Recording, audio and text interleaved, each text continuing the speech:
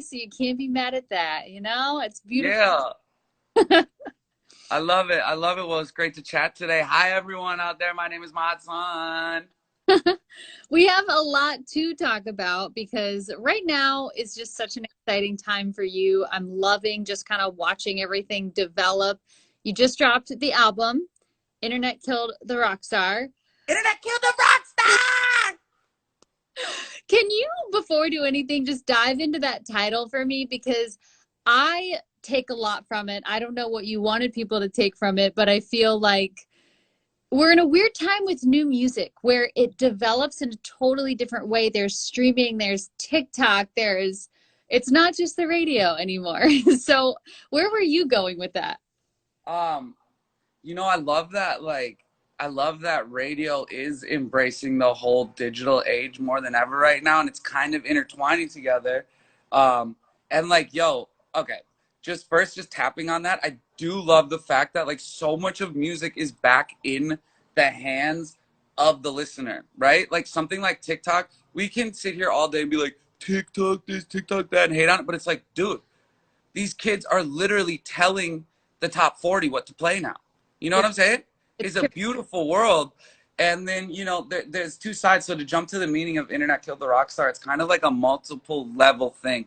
The first place that it started for me was like, I came from, dude, MySpace days prior to MySpace, 56K dial up internet, Napster. My mom used to go, yo, get off the computer and go outside and play with your friends because I need to use the phone. You know what I'm saying? I remember. Like, yeah, I came from that age. So it was like, um, I used to be in bands that I would be in school all day. And the only way I could make music or play music was if my three friends could also simultaneously get in the same room with me after school. We're all like teenagers and we're like carving out a schedule to be in a band. It was amazing. It was hunger. It was so much hunger. I all day I just thought about making music. And that's where I came from. Once like this internet age cracked and all of a sudden everyone has Pro Tools or Logic or Ableton, all these resources and abilities to make music, we all became a one-man band. We're Yeah. all like, dude, I'm not gonna wait for my friend who is grounded today, and I'm not gonna be like, I can't make music today. We all became a one-man band, and like that changed music. Now, did it hurt music? No, absolutely not. I don't think so. I took that into my own hands and I became modsun, a one man band, and like there's two sides to it. There's a beauty and also an ugly to it. Of course, like this like era of garage bands kind of ended. I was kind of a part of the last era of like you and your four friends had to be together to make life using the internet. You know, so that was like the first thing was like music. The deepest part of music is the intention of why you make it. The song is great, but really the intention of why you're making the song, and it changed with the internet. So that was like the first level. The second level of it, of being like internet killed the rock star, was just like, dude, let's just use like let's just use the Beatles as an example. Okay, the Beatles would drop an album and they would only hear critiques or compliments about it through like the newspaper or a magazine Yeah. or a radio DJ being like, yo, talking about it. Yo, you open up your internet today and it's going to say, I could open up mine right now, I'll read it to you, and it'll go, modsun, I love you, you saved my life, your music is the best thing that's ever happened. And then there's going to be one that says, quit and never make music again. And then there's going to be another one that says, you saved my life. And then there's going to be another one that says, did I remind you to quit playing music yet? It's this hyper critical opinions being thrown at you at a rapid rate. And Like things develop organically, but they're also criticized or, praised so much faster. It's like, yes, and listen, like there's nothing better than an audience with an opinion. I mean, I'll tell you right now, I am the epitome of someone who reads the comments on his YouTube. I read them. And for years, it would be a lot of negativity. And I actually I deep within me know you can learn more from a critique than a compliment. If someone says, yo, the way that you sang this line didn't sound right, I can actually learn more from that than someone going, yo, best song I've ever heard. Mm-hmm. Right? I can Yeah. actually learn from that. So it's all about this duality. And when it says internet killed the rock star, it's really also at the third level, it's talking about the rebirth. I'm trying to reinvent what a rock star is. I'm trying to be a part of the reinvention. I'm not trying to carry this on my shoulders, but like, I would love to reinvent what a rock star is in this day and age. It is not, there's so much more to it than just throwing on leather pants, boots, and chugging a bottle of whiskey. You know what I'm saying? And like, I was very confused for many times. Um, and you know, there's this reinvention of a rock star of like, you know, here, can I swear on this? Am I okay to swear? It's Okay. Here's a motherfucker that happened with Jim Morrison, one of my idols, Jim Morrison from the band The Doors. This dude was so poetic. He actually is one of the reasons why I write poetry. And all they wanted to do is talk about rock star, leather clad, wearing demon child. And all he wanted to be known for was his words. And you know, I think there's this reinvention where like, let's not miss the beauty inside of a person. Let's not just applaud the chaos. Let's mm-hmm. kind of applaud the finding calm inside the chaos. And like, I feel like that's part of the reinvention. Of course, like, part of my personal reinvention is I haven't done drugs or alcohol in almost 2 years now. That changed everything for me. But like, I'm more of a rock star now than I was slamming a bottle of whiskey at noon. I promise you that I am. And that's not to say that, you know, raging isn't part of being a rock star. Sure, do it however you want. I still go out and rage without drugs and alcohol, right? But it's the time for reinvention. So internet killed the rock star, and that the end of my album kind of ends with a note of alluding to the reinvention of it. And I think what I'm going to continue dropping through this year is going to really define the reinvention of it. Well, we're here for it. We're excited. And I saw in one of your posts where you were talking about the album and you referenced that you've always felt like the underdog in Mm-hmm. your career. So Mm-hmm. what would you say that big difference is that took that kind of brought you to this new level of being able to have that reflection? Well, one is the most important tool for any artist out there, and it is simply do not quit. So it's so simple. I mean, if you think about it, realistically, the day you quit is the closest you ever were to making your dreams come true. So that being said, you might be one day further from the beginning and you're one day closer to making it happen. Um, you know, like I said, I've learned so much, and I'm fully aware that I'm producing and giving out my best music yet, right now, right here and now. And I guess like the shift of an underdog, I never thought of myself as making music that wasn't top tier. I mean, I literally made my first demo 10 years ago and was like, this is a hit. You know what I'm saying? I've always been very optimistic about it. Um, the shift in the underdog really happens to from the consumer, I think. And all of a sudden, when I'm talking about these comments on YouTube, it has changed from an overwhelming amount of negativity to an overwhelming amount of positivity of people going, this is great. This is them saying it, not being narcissistic here, people. You are talented. This is and it's just the masses are kind of in the most polite way possible. I feel like they're catching up to me, and I have these kids that are in here right now, and I see you guys all right now commenting. I know these names.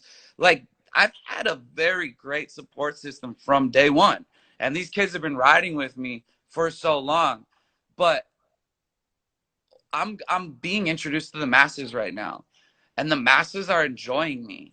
And like, of course, the sound of my music has evolved, and this last record I dropped is definitely the most alternative rock feeling anything that I've dropped ever.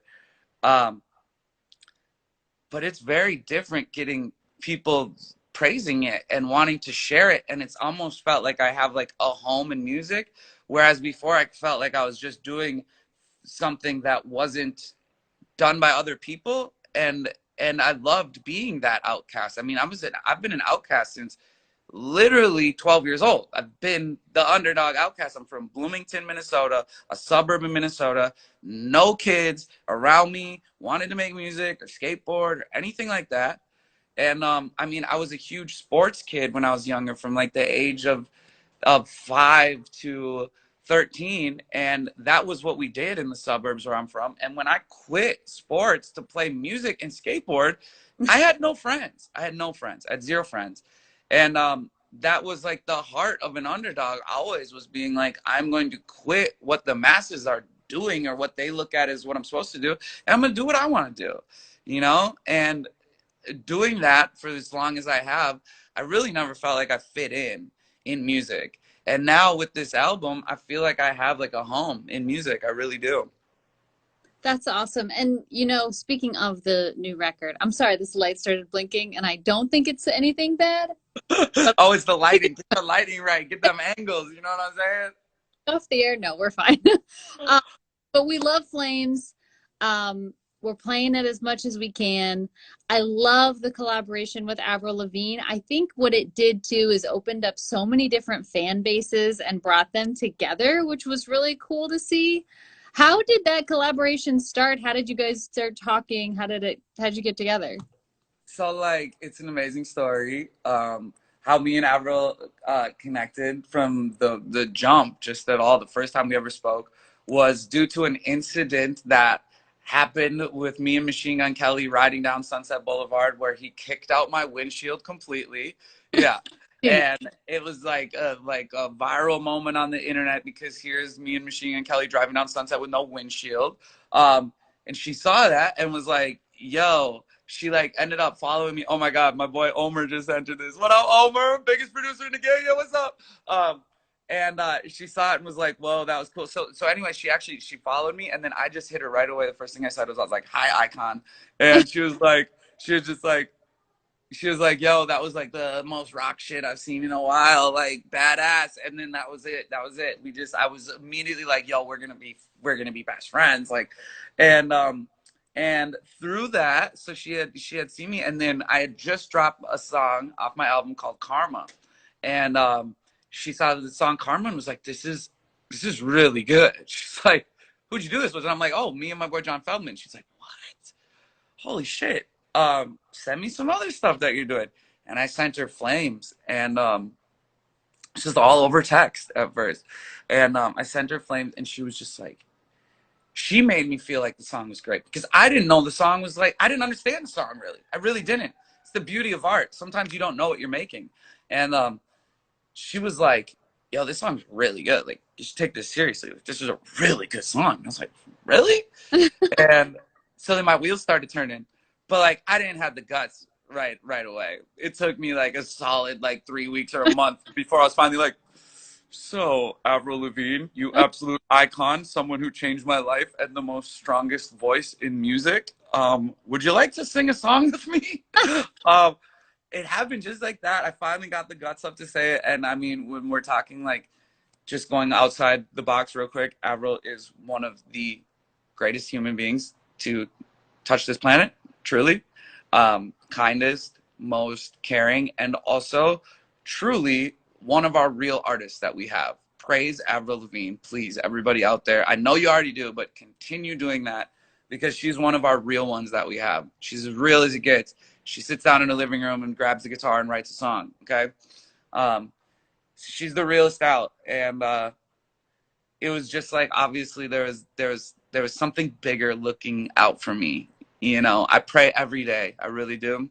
Everyone out there, it's changed my life.